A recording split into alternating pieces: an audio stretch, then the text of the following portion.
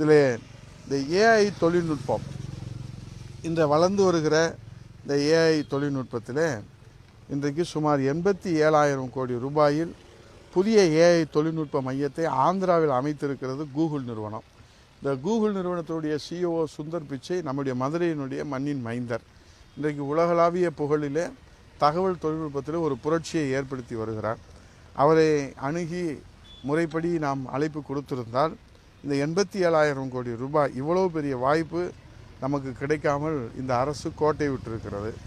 அமெரிக்காவுக்கு வெளியே முதலாக ஏஐ தொழில்நுட்ப மையத்தை விசாகப்பட்டினத்தில் அமைத்திட 500 ஏக்கர் நிலம், உள்கட்டமைப்பு, சாலை, மின் வசதிகளை இலவசமாகவே ஆந்திர அரசு வழங்கியிருக்கிறது. இதன் மூலமாக நேரடியாக 6,000 பேருக்கும் மறைமுகம் 30,000 பேருக்கும் வேலைவாய்ப்பு கிடைக்கும். ஆந்திராவிற்கு ஆண்டுக்கு 10,000 கோடி ரூபாய் வருமானம் கிடைக்கும். இவ்வளோ ஒரு பெரிய வாய்ப்பை நீங்கள் இழந்திருக்கிறீர்களே, இது உங்களுடைய கவனம் இல்லாத, அக்கறை இல்லாத தன்மையை வெட்ட வெளிச்சம் போட்டு காட்டுவதாக இருக்கிறதே என்று சொன்னால், அவர் சொல்லுகிறார், முதலீட்டாளர்களை நாங்கள் ஈர்ப்பதிலே தவறவில்லை, அது அதானி ரெக்கமெண்டேஷனில் அங்கே போய்விட்டது என்று ஒரு பொறுப்பில்லாமல் விளையாட்டு பிள்ளை போகல அவர் சட்டமன்றத்தில் பேசுகிறார். ஆந்திராவில் B4 என்ற ஒரு ஃபார்முலா வைத்திருக்கிறார்கள், பீப்புள் பப்ளிக் பிரைவேட் பார்ட்னர்ஷிப். இதன் அடிப்படையில் தான் இந்த முதலீடு ஈர்க்கப்பட்டிருக்கிறது. இனி ஆந்திரா விசாகப்பட்டினம் ராக்கெட் வேகத்திலே வளரும். முதலீட்டாளர்களை ஈர்க்க தமிழக அரசு இனிமேலாவது முனைப்போடு செயல்பட வேண்டும். இதைத்தான் நான் சொல்லுகிறேன். சொல்வது உண்டு, செய்வது உண்டு, சொல்லுக்கும் செயலுக்கும் சம்பந்தம் இல்லை.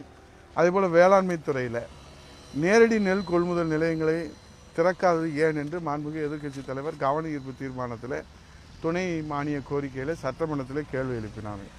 நம்முடைய மதுரை மாவட்டத்தில் மாவட்ட ஆட்சித்தலைவர் 41 நேரடி நெல் கொள்முதல் நிலையங்கள் திறப்பதற்கு அனுமதி கொடுத்தார்கள். கொடுத்து 2 வாரங்களுக்கு மேலே அது திறக்கவே இல்லை. இதைத்தான் மாண்புமிகு எதிர்க்கட்சி தலைவர் அவர்கள் நெல் கொள்முதல் நிலையங்களுக்கு வெளியே சுமார் 2 கிலோமீட்டர் நீளம் வரை நெல்மணிகளை கொட்டி வைத்து விவசாயிகள் வேதனைப்பட்டு கொண்டிருக்கிறார்கள். மாண்புமிகு எதிர்க்கட்சியுடைய தலைவர் வருங்கால முதலமைச்சர் எடப்பாடியார் அவர்கள் இதை பற்றி அவர்களிடத்தில் கேட்டார். அப்போது மாண்புமிகு அமைச்சர் அவர்கள் செறிவூட்டப்பட்ட அரிசிக்கு மத்திய அரசிடம் அனுமதி பெற்று தந்தால் நாங்கள் கொள்முதல் செய்கிறோம் என்று சொல்கிறார்கள். இந்த நெல் தேங்கும் நிலை ஏற்படாது என்று உண்மைக்கு மாறாக மத்திய அரசு மீது பழி சுமத்தி இருக்கிறார்.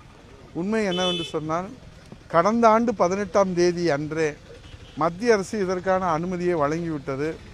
இதை மறைத்து மத்திய அரசு மீது குற்றம் சாட்டி விவசாயிகளும் மக்களையும் ஏமாற்றி வருகிறது இந்த அரசு.